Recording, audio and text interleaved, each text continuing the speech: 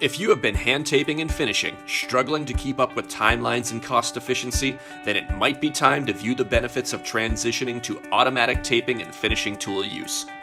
Efficiency in time. Moving from hand finishing to ATF finishing saves you time by increasing your productivity up to 300%. With fast-paced production schedules and a shortage of skilled labor, this time saving will really pay off. Hand finishing is more labor-intensive and requires a larger crew or a longer time frame to complete work. A smaller crew can achieve the same amount of work operating these tools that will save you further costs. And even new users are more productive and profitable much faster than hand finishing, which takes time to learn and master. More consistent finish. Hand finishing results can vary from finisher to finisher. Using ATF tools will leave you with a more consistent finish every time. This reduces the amount of sanding needed, which is beneficial in reducing silica exposure and meeting OSHA guidelines. In addition, you will receive less callbacks for touch-ups or repairs.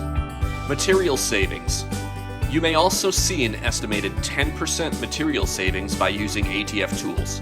Loading pumps and screens will filter out debris that you often find by using knives and pans, which allow you to use less compound. More safety.